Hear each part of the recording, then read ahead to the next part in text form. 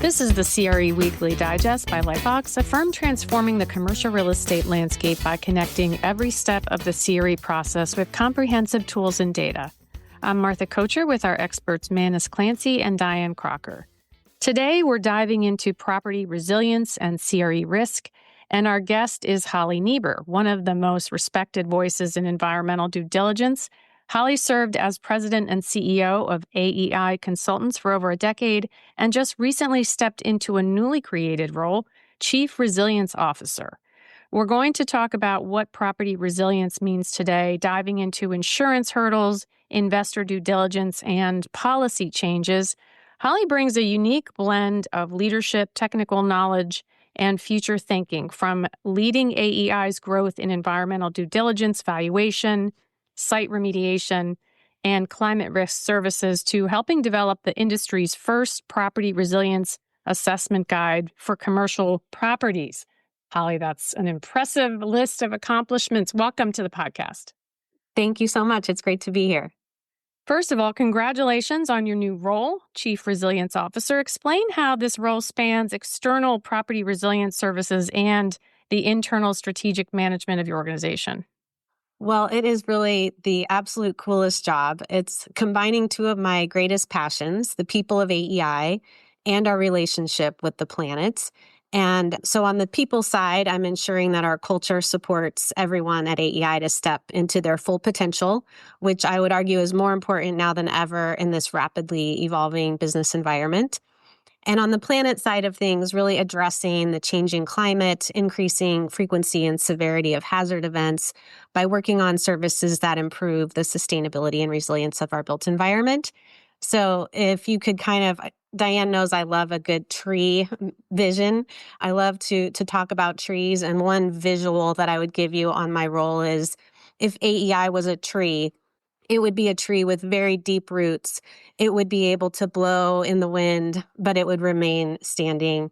And so that's the kind of strength that we're looking for, both in how we build our culture and also the services that we offer. You know, I have been through a couple of economic downturns and the pandemic, and all those experiences have taught us just how important it is to remain nimble, to stay curious, to keep your North Star and your core values, and then to step forward into uncertainty.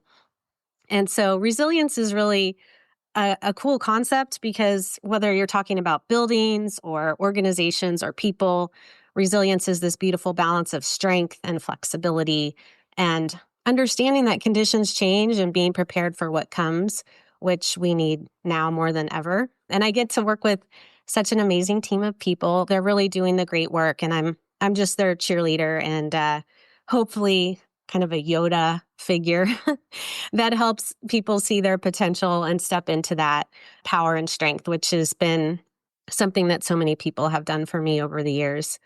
But just before I leave the answer here, I wanted to mention, Diane, one of the key economic principles I've learned from you over the years is that the market wants certainty. And I heard on some of the recent pods where Manus is talking about the volatility of the headlines being kind of exhausting.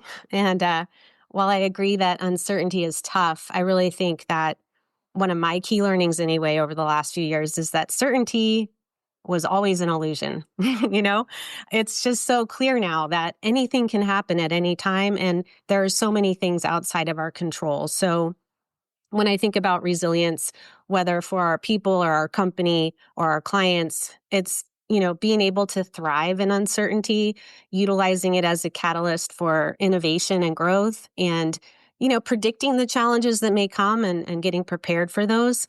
And those are the people that step up during a crisis. Those are the people that create the innovation. And in the same way, like a building that is resilient can serve as a safe place to shelter during a natural disaster. So those are the things I'm focusing on, and I'm really super excited to be here with you today. I love that. Welcome, Holly. You gave us a lot to sink our teeth into there. I do want to jump in and start with climate risk because you've played a really unique leadership role in this area. You just mentioned the frequency of storms and the severity of climate-related hazards has grown really exponentially in recent years. And so what happens then? insurance rates are skyrocketing, and suddenly that's a cost of doing business that investors and lenders can't ignore. And so that's what really drove what you just alluded to, the need to understand a property's resilience profile as it relates to climate risk. That's become a very urgent need. And I watched as you bravely stepped into the role as task group chair. The task group at ASTM wrote the first guide for outlining a process for assessing a commercial property's resilience. So I know it was a long road for you at the helm of the task group, and the standard just came out last October. So I'd like to first ask you to walk our listeners through how that new ASTM guide helps stakeholders move from climate risk awareness as kind of an abstract concept to one that's an assessment with actionable site-specific information. And how do you see the guide supporting more consistent underwriting, especially in climate-sensitive areas? It was quite a journey. We had, at the beginning, over 180 different members of the task group, from lending institutions to developers and builders to climate risk modeling companies, engineers and architects. And we were all just driven to come to ASTM and say, we need a common approach that is defined by ASTM and that consensus-based approach, so that we can all come together as an industry and have a consistent way of answering these questions, because the demand for determining the level of physical risk just continues to grow. And I would argue it still kind of is a little bit of a wild west of possible approaches, but the ASTM PRA does provide a common language and a common starting place for people to have conversations, to update their scopes of work, and to make sure they're clear with their expectations on what they need from their service providers and vendors. So I think it's very common today for commercial real estate investors to obtain a desktop-only screening of the natural hazard and climate risks at their properties. Many people are doing this as an opportunistic way of looking at, hey, where do I want to be when the music stops? Or is the music going to stop in this particular area? Where might I want to move my chess pieces? So it is about risk, but it's also about opportunity. And it is becoming more common, even on the residential side, for people to have access to that screening data through Zillow or Realtor.com. So it's really out there. What the PRA does is it provides that what's next piece of it. So if you identify a property, let's say it's a coastal property, it's subject to hurricane risk, flood risk, and so on, you can see that in the screening tool. But what do you do about that? And how do you make a decision? So the PRA includes an engineer or an architect physically visiting the site and making some assessments about what the potential damage could be, which can be plugged into underwriting formulas. And it also can provide cost estimates, ranges of costs for resilience measures that could be employed. It can also, importantly, kind of counteract a high risk that's identified on a screening tool. So you could have something that shows really high risk, but it was, elevated by the developer. In fact, we just worked on a project where the site was in Texas, hospitality type of property. You might think that this builder probably doesn't talk about climate risk a lot, let's say, in Texas. Okay. But this builder, he was so aware. He had lived through multiple hurricanes. He was prepared. He had elevated all of the buildings way beyond what the code required. Wind resistance measures were in place, super strong roofs, super strong windows. So I think it's important too, when we talk about climate risk, hazard resilience is something that humans have been doing, since we started building buildings. So it's on the one hand kind of new. On the other hand, it's a lot of best practices out there. And what the PRA does is just pull that all together in a single document so that it can be part of underwriting and due diligence. I want to ask you individually how you see investors versus lenders responding. So let's talk about investors first. You just alluded to it a little bit, but I want to dive a little bit deeper.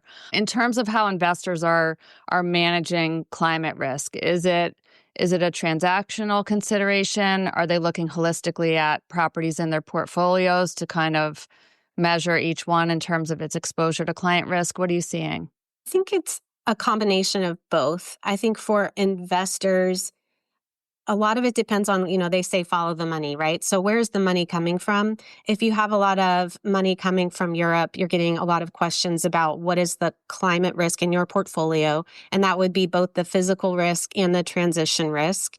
So people are integrating that into their due diligence now. They're doing some type of a PRA in their due diligence, and also looking at the energy use and are there energy benchmarking laws in place, and is the property ready to meet those requirements, right? So they'll do it on a deal by deal basis. They'll also be looking at their portfolio, and in some cases they're trying to demonstrate progress towards reducing risk, right? So it kind of depends on where the money is coming from and what those drivers are.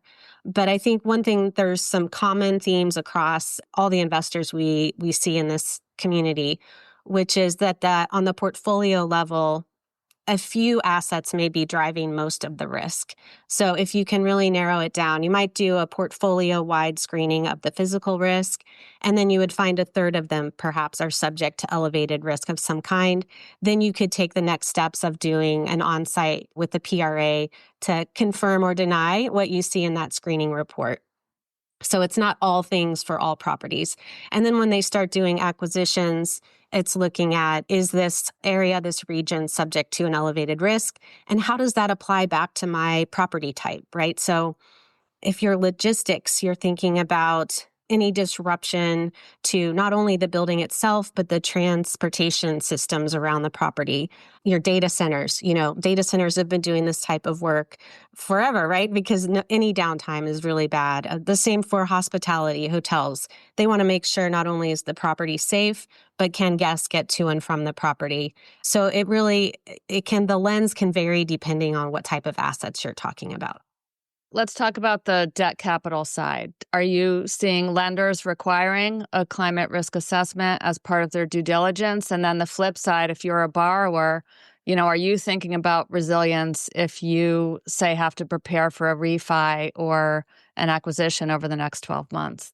So I think on the bank lending side, there are some efforts underway to really just focus on the credit risk piece, which is the property insurable, and is it subject to any compliance concerns relative to energy benchmarking laws? And what would be the cost of compliance? So it's a very narrow focus just on credit risk. I would say the life insurance companies that lend, they're much more proactive about wanting to understand long-term what might be going on with the asset on the physical risk side. So they're incorporating PRAs into their PCA scope of work, for example.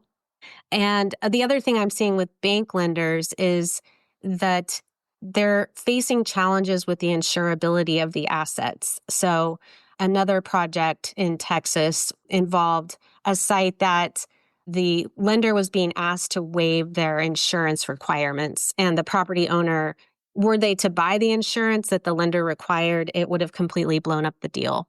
So they did a lot of modeling to understand what would be the actual potential damages given the building attributes, given the resilience measures in place, and were able to argue not only for better insurance pricing, but also convince the lender that they could waive some of their insurance requirements. So everybody, I think, is trying to take on a little bit more risk at this point to bring those costs down. So for borrowers looking to refinance, thinking about your insurability risk is an important piece. The banks probably aren't going to be asking you for much proactive on the physical risk side, but if you're having trouble getting insurance, this might be a good time to take a look at that. So Holly, I'm just kind of blown away by the level of detail you have on everything that's going on right now. Also a big admirer of what you said in the beginning, the team you've built, the deep roots and everything you said in the open. My question is kind of a big picture one. How did you get here? How did you get to be an environmental expert? How did you get to be the leader of an environmental firm as big as yours? And tell us a little bit about the journey. Well, thanks, Manus. Yeah, it's been a great ride. I started out as an environmental site assessment person doing projects. And really, Diane knows the story that I was sort of a tree hugger, still am. I love my trees. But yes, environmental was my passion. I got into the market doing phase ones. And over time, through people like Diane, through Lightbox and other resources, really got to see how interesting commercial real estate is as an industry. Joined CRE Network as well, Commercial Real Estate Women, and just fell in love with commercial real estate and the thrill of the deal and making things come together. And I think that my exposure and connections within commercial real estate are why I was asked to lead the task group for the Property Resilience Assessment Guide. And that has just been one of the highlights of my career, to get to know all the people involved in property resilience and climate risk. So yeah, here I am. It's been a great experience to evolve and pivot my career as I learn more. I'm a lifelong learner, so I just love learning new things. Holly, let's talk a little bit about pricing. We talk about this every week on the podcast, where we're seeing repricing across commercial assets. What are you seeing from your vantage point? Are you seeing a tipping point in how risk is priced? Yes, I think our valuation team tells me that because insurance pricing affects net operating income, it does affect property value. So we are already seeing, people ask, is climate risk affecting property value? Yes, it already is, because insurance is going up. Of course, insurance pricing is composed of many different things, not just climate risk. So it is hard to pull apart all the different forces at work there. But I would say absolutely, people are realizing that certain markets are more problematic from an insurability standpoint, and that is affecting property values. People are also looking at what are the long-term ongoing costs of capital involved in this property. So you might have an investor that's looking at an asset. Back in the day, they would get a PCA and they would say, oh, these are immediate repairs that I need to have, and these are the ongoing costs that I'm going to have to budget for. Now they're integrating the climate risk into that piece and saying, well, right away, I'm going to need to invest in flood prevention measures or drought prevention or flood, other types of resilience measures. And at the same time, they're looking at long term, when we upgrade our roof, we're going to need to invest in a more wind resilient roof. Or when we upgrade our HVAC, we're going to need to account for higher heat in the area. So it's present day costs and it's long term cost of capital and cost of maintenance there.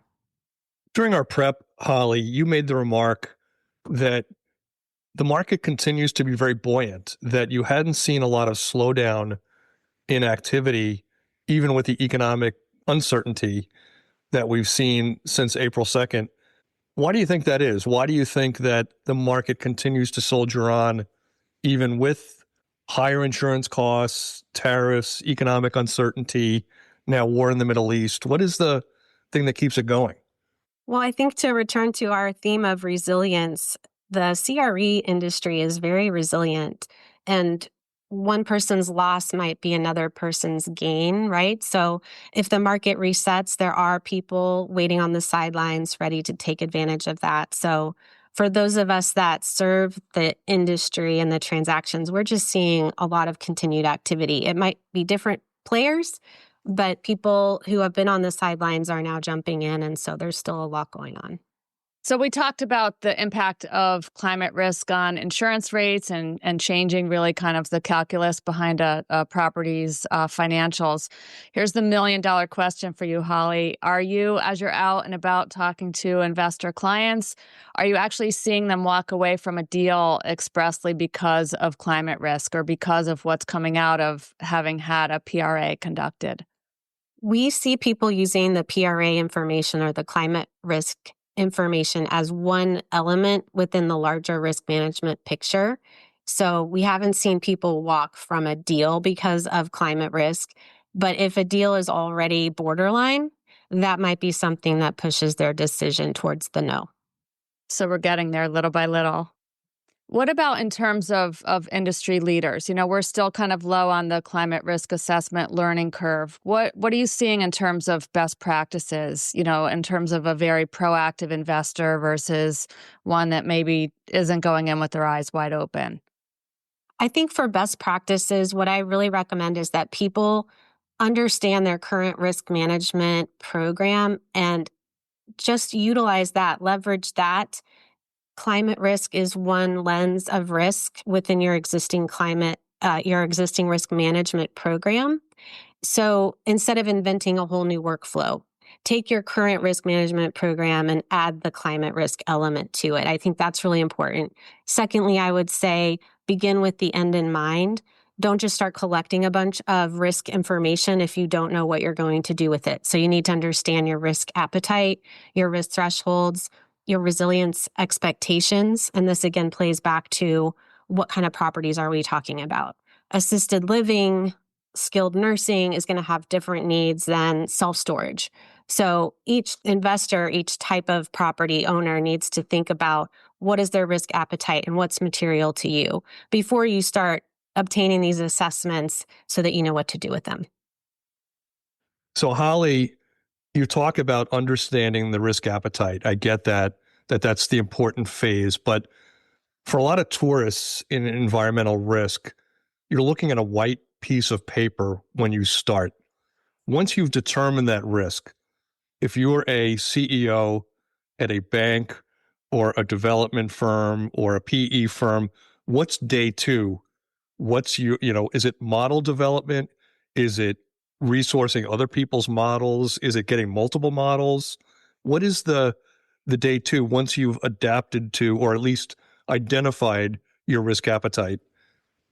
I think what a lot of decision makers are doing is starting out by determining what climate risk model they want to use. And there are so many to vet out.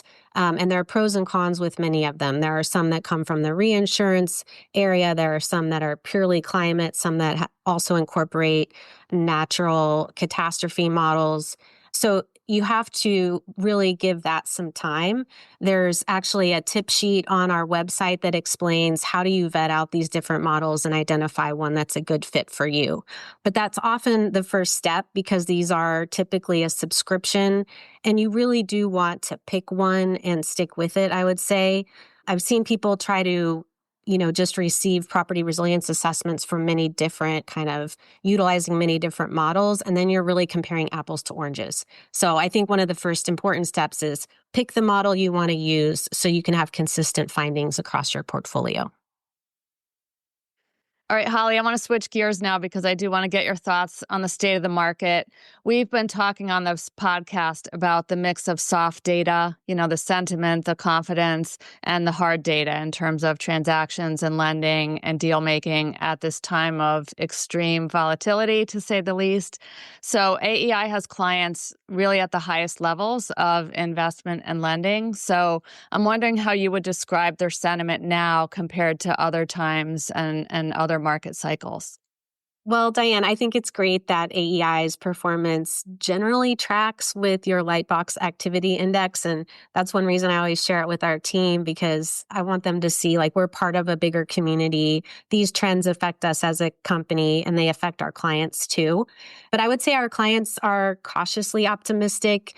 There are a lot of good deals out there as the market resets. And there are also, Manis, I've heard you talk about people with pride of ownership, and they're figuring out a way forward on some of those properties that have been troubled. So I think there's a lot of good news. But on the other hand, the universe of risk is expanding. There is the climate risk, the insurability piece, just geopolitical and other types of things that are making everyone realize that a property within the boundaries, yes, it's important to understand that property and those boundaries and that building itself, but there's so many other things that influence whether that property is successful. So thinking about trade, thinking about insurability and climate, they all play into making good decisions in this time of uncertainty. Overall, in our client base, we're seeing a lot of strength in the agency, the Fannie and Freddie markets. Our HUD group mentions that things are changing there. There has been a loss of staff at HUD, which may lead to limitations in the institutional knowledge, on how to get deals closed. But on the upside, they are removing some of the red tape and creating additional financial incentives. So HUD is kind of a bittersweet situation, but it looks like there's a very strong future there. And then also a lot of our renewable energy clients are anxiously watching the federal headlines about the investment tax credit. So Yeah, lots of things to look for, green shoots and tough things, as well as people scan the horizon for risk and opportunity. There's a really happy paradox right now going on. I'm looking at a headline that really only came out about 20 minutes ago on CNBC. Home builder sentiment nears pandemic low as economic uncertainty plagues consumers. Yet the happy part of the paradox is it seems like CRE lenders, CRE buyers, even people at the riskiest parts of the curve, people that are putting shovels in the ground, people that are looking to convert offices to residential and so forth, really have just not shown any pause at all that is consistent with what we're seeing with home builders. For both of you, Holly and Diane, you've both been through several cycles, as Holly said before. What do you chalk this up to? Why is it so resilient this time? It seemed like the world was going to end after April 2nd, yet CRE just really shrugged it off. Well, doesn't the thing like April 2nd, doesn't that show like CRE is so desirable because it's a real asset. It's a tangible thing. It's dirt and a building with bricks. It's something that people can understand. And that's one reason why I love commercial real estate. I love the thrill of the deal. I love hearing about the deals that you guys talk about on this show because these are real assets that are trading. I think it's really exciting time right now. And I think also, Manus, the fact that the tariff announcement came after the market was really in limbo for the past 2 years. So all this momentum had already built up. And I feel like it was more inclined to kind of process the tariff announcement and then deal with the reality that uncertainty is always there, but there's intention to place capital where the calculus makes sense. So, Holly, for all the things that you've articulated here, it brings us back to the need to manage an employee base and to train them to be resilient. So I sit here getting ready for tomorrow's graduation for the 6th class of mentees in the LightBox Developing Leaders program. You are not only an early mentor in the program, but you might remember you were our keynote speaker at the EBA conference in Phoenix when we had our graduation there. And I've known you for many years, long enough to know that you're too humble to say that you've been an inspiration to so many young consultants and especially women in commercial real estate. And I know how passionate you are about managing people. So I'm excited about the internal staff management element of your new role in these strange and interesting times. So I guess I'm sitting here wondering how you view managing a team of consultants at AEI and what you plan to do to kind of help them stay grounded and stay resilient in these times.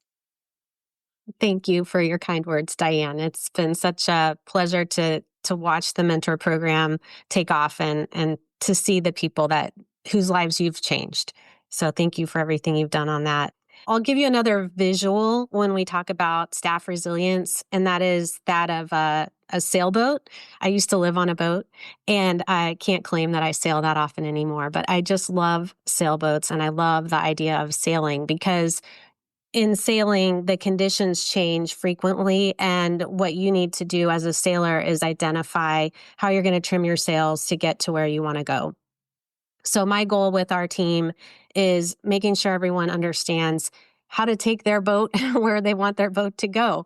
So things like the LightBox weekly digest, like hearing from you, gives you the context of what conditions are we operating in? Which direction is the wind blowing today? Is it sunny? Is it rainy? That's the kind of context. And then get to know your clients. So understand your crew, like who's on this boat with you and where are you all trying to get together? What kind of a transaction are they trying to close and how can you help them? Connecting with clients has been one of the most rewarding things of my career. And I remember back in the day when client was just like this weird word of a person with no face. And then as I got to know people, I realized how important my work is because it affects someone's life on the other side. So I think that's super important. And also just no matter what you're doing, finding a way to connect to what gives you joy, like you, Diane, with your mentorship program. I think just seeing the next generation step into their confidence, no matter their title today, but step into their confidence, find ways to spread joy and excellence and community and pride. No matter what your job is today, you can find a way to tap into who you are as a person, as a sailor, and set your sails and follow your course and reach your goals. Holly, you may not know this, but knowing how technical you are, you probably do know that LightBox EDR just passed a milestone of supporting its 8 millionth Phase 1 environmental site assessment since the early 1990s. Now, you've been through many cycles, a lot of change, a lot of uncertainty. What big change or key turning point sticks in your mind in the industry since the early days? Well, congratulations to Lightbox for passing this milestone. That's really exciting. It is incredible to me how powerful the Phase 1 ESA standard has been since it was launched. And thank you to Lightbox EDR for being a part of that journey. If you think back about what was happening before Phase 1s were being done as a standard part of transactions, there were so many environmental conditions that were unseen, unknown, and a buyer would buy that and not be aware of that liability and that cost. So now the Phase 1 ESA, because it's in place, has identified so many environmental hazards across the U.S., which has helped our communities be safer. It's helped investors make better decisions. It's helped landlords make safer properties. So the Phase 1 ESA, yes, it is a deliverable in a transaction due diligence, but it's also really powerful at scale that it's helped identify these issues so they can be addressed. Holly, you've really given a masterclass today on environmental. It's been a pleasure having you on today. I do know that we have a lot of young listeners out there, early professionals. You could do a lot worse than having somebody like Holly mentor you and or employ you. And we really appreciate all the insights today. Really learned a lot. Thank you. And on that note, thank you, Holly, for joining us today on the CRE Weekly Digest. Thanks to our producer, Josh Bruning. Please join us every week as our Lightbox team shares news and data in context. Please subscribe on your favorite podcast app and send us your questions or feedback to podcast@lightboxre.com. Thank you for listening and have a great week. Let's go.